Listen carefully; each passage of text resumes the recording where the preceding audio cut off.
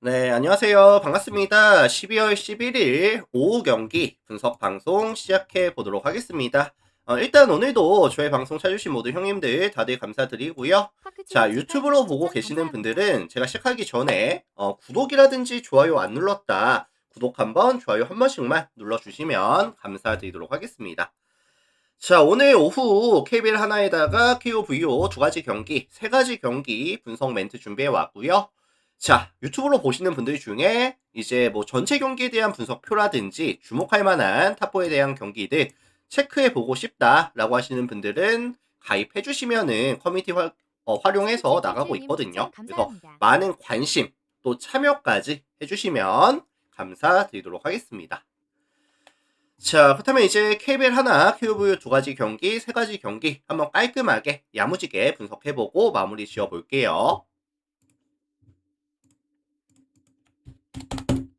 자, DB와 SK 경기 먼저 살펴보도록 하겠습니다. DB, SK. 자, 이 매치업은 이제 좀 다득점에 대한 선호도가 조금 높을 것으로 예상이 되는 경기거든요. 양팀 다 최근에 나쁘지 않은 득점에 대한 지원을 보여주고 있는 상황에다가 또 실점률이 시즌 평균 대비했을 때 올라와 있는 구간이다 보니까 아마 다득점에 대한 가능성이 좀 높아 보인다라고 보시는 분들이 많을 것 같아요. 게다가 기준점이 155.5라는 기준점이 잡혀 있는 점 역시도 다득점에 대한 기대치를 올려줄 수 있는 부분이 되겠죠. 자, 홈팀 DB 같은 경우에는 뭐 알바노라든지 앨런슨, 그 다음에 무스타파 이런 친구들 2대1 게임으로 가져가는 효율이 정말 좋은 팀이고, 게다가 지금 SK 같은 경우에는 오재윤이 또 빠져있는 구간이다 보니까 알바로라는 확실한 에이스를 막아주기가 조금 버거울 수도 있는 상황이기도 하거든요. 뭐 앨런슨이 최근에 허리 부상이 있었다 보니까 조금 주춤하고 있는 구간이기는 한데 무스타파가 또 최근에 괜찮습니다. 그래서 사실 뭐 DB 같은 경우에는 2대2 공격이라든지 아니면 최근에 뭐 강상재라든지 뭐 박인웅이라든지 스팟업 자원들도 나쁘지가 않은 구간이다 보니까 뭐 충분한 득점에 대한 지원이 가능하다고 봐요. 자, 게다가 이번 시즌 SK 같은 경우에는 3점 라인에서의 수비가 좀 약한 편인데 경기당 29.79개의 3점 야투 허용. 그 다음에 33.7%의 3점 허용률을 기록하면서 야투 허용 리그 전체 꼴찌, 3점 허용률 리그 전체 8위를 기록하고 있는 팀이에요. 근데 이제 DB 같은 경우에는 사실 최근 3점에 대한 지표가 상승하는 모습을 보여주고 있거든요.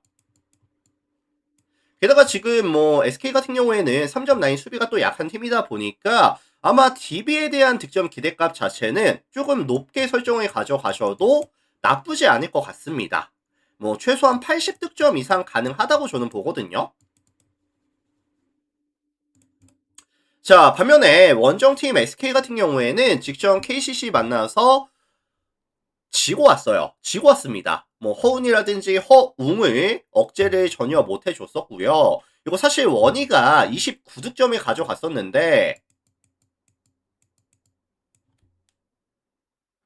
성공률이 많이 떨어졌습니다. 39.3%. 일단은 뭐 상대가 팀 파울에 걸리더라도 뭐 드라이브에서 들어가면서 파울을 유도하는 게 아니라 3점 라인에서 그냥 쏘고 백코트하고 이런 비율이 조금 높다 보니까 성공률 자체는 좀 많이 떨어지는 모습, 팀 전체적인 야투 감각이 좋지는 못한 모습을 보여주고 왔거든요. 그래서 일단 기본적으로 양 팀 다 세트 오펜스 위주로 조금 템포를 끌어올리는 경기는 아닐 것 같고요.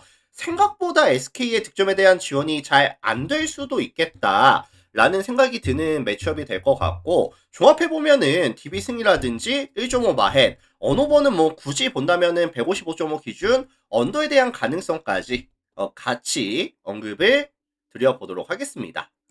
참고하시면 될 것 같고요.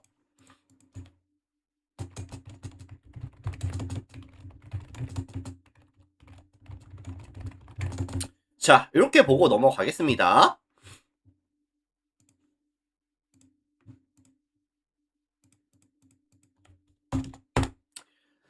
자, 다음 경기 삼성화재랑 현대캐피탈 경기 볼 수 있도록 하겠습니다.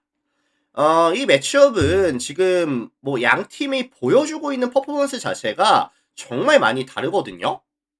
그러다 보니까 현대캐피탈에 대한 선호도 자체가 많이 높을 수 있는 경기라고 생각을 합니다. 지금 삼성화재가 경기력이 안 좋은 건 팩트기는 해요. 최근 몇 연패죠, 삼성화재가? 7연패까지 연패 장줄이 조금 길어지고 있는 상황에다가 시즌 성공률이 46.66%, 리그 전체 꼴찌인 팀인데 최근 3경기에서는 41.31%까지 더욱더 떨어지고 있는 추세를 보여주고 있는 구간이다 보니까 삼성화재를 신뢰하기가 좀 많이 어려운 건 사실이거든요. 그렇다고 뭐 세팅이 잘 되고 있는 것도 아니고 블로킹 높이가 높은 것도 아니고 디그에 대한 성공률 자체도 많이 떨어지고 있는 구간이다 보니까 공격과 수비에서의 밸런스 자체가 많이 무너져 있다 라고 보시는 게 맞을 것 같기는 해요, 사실. 자, 반면에 원정팀 현대캐피탈 같은 경우에는 최근에 3화, 그 다음에 이제 KB를 잡아내면서 연승 구간에 들어왔죠. 연승 구간에 들어왔고, 일단은 황승빈이 빠지는 게 조금 아쉽기는 합니다. 황승빈이 빠지는 게 조금 아쉽기는 하지만, 뭐, 레오라든지 허수봉이라든지 경기력이 명확하게 상승하고 있다. 경기력이 좋아지고 있다라는 이슈가 있어요. 그래서 최근에 뭐 공격도 잘 되고 있고 뭐 이준엽이가 나름대로 세팅도 잘 돼주고 있고 뭐 블로킹에 대한 강점이라든지 디그도 잘 돼주고 있다 보니까 공수 밸런스가 괜찮거든요. 다만 변수가 뭘까요?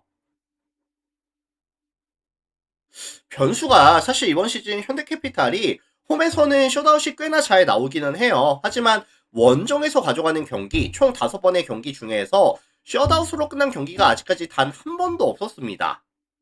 그래서 서브에 대한 범실도 조금 많았었고요. 공격에서에 대한 범실도 조금 많은 비중을 보여주고 있다 보니까 결국 스스로 무너지는 세트가 계속해서 나와주고 있다는 점, 요런 부분들은 조금 거슬리기는 합니다, 사실. 그래서 저는 이거 종합해 보면은 형캐승이라든지 아니면 다득점에 대한 가능성을 조금 말씀을 드리고 싶거든요.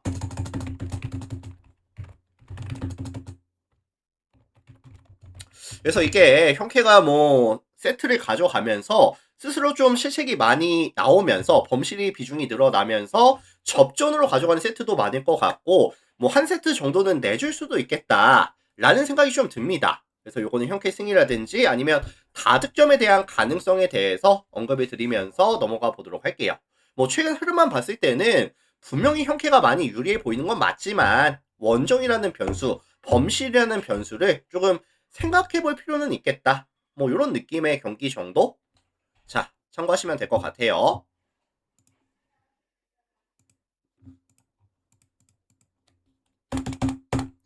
자, 다음 경기 도로공사랑 한국생명 경기 살펴보도록 하겠습니다. 자, 지금 양 팀이 8일 만에 리턴 매치를 가져가고 있는 상황인데 12월 3일이었죠? 그때 이제 홈에서 홍국이 도로공사를 잡아내면서 도로공사의 11연승을 막아냈었던 기억이 있는 매치업입니다. 다만 지금 도로공사 같은 경우에는 오늘 이제 홈에서 가져가는 경기이기도 하고요. 타나차가 복귀를 하면서 모마 강소희 타나차라는 삼각편대가 다시 완성이 됐다라는 점도 긍정적인 요소가 될 수 있다고 봅니다.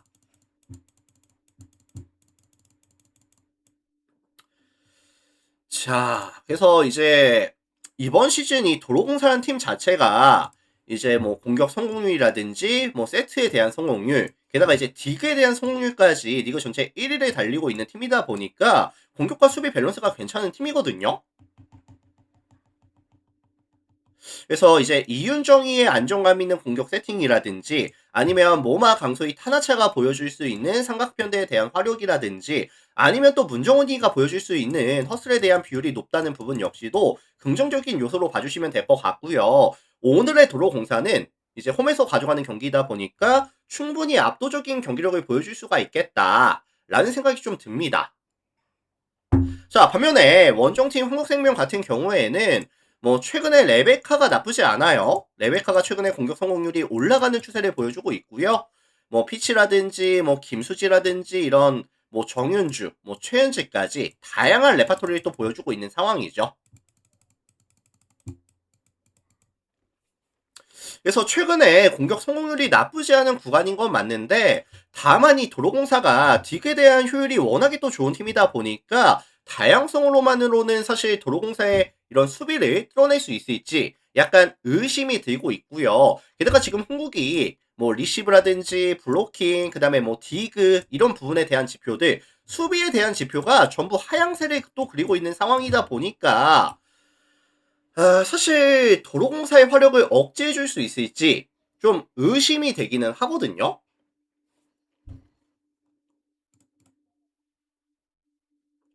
그래서 저는 이게 순수 화력에서의 차이도 도로공사가 앞선다고 보여지고 있는 상황인데 수비에 대한 이런 리스크는 한국생명이 좀 명확하게 이제 리스크로 작용할 수 있는 부분이라고 생각이 들다 보니까 요거는 이제 도로공사 승 아니면 좀 일방적인 경기 아니면은 언더에 대한 가능성까지도 같이 언급을 드려도 나쁘지 않아 보입니다. 저는. 그래서 종합해 보면은 도공 승이라든지 아니면 뭐 1.5 마헨이라든지 아니면 180.5 기준 했을 때 언더에 대한 가능성까지 같이 언급을 드려보도록 할게요. 참고하시면 될 것 같습니다. 자, 이렇게 해서 오늘 제가 준비한 세 가지 경기, 오후 경기 멘트를 진행해 봤고요. 일단 뭐 저의 멘트가 100% 정답이다 이런 건 아니기 때문에 참고해 주시면 좋을 것 같고 어쨌든 유튜브로 보시는 분들 나가시기 전에 구독 한번, 좋아요 한번 눌러주시면 또 감사드릴 수 있도록 하겠습니다. 자, 이렇게 해서 오늘 오후 세 가지 경기는 멘트 이렇게 조금 심플하게 해서 마무리 지어 볼 수 있도록 하고요. 저는 조금 있다가 NBA 분석 방송 때 다시 또 찾아뵐 수 있도록 하겠습니다. 어쨌든 오늘도 많이 와주셔서 감사드려요, 형님들. 740428님 추천 감사합니다.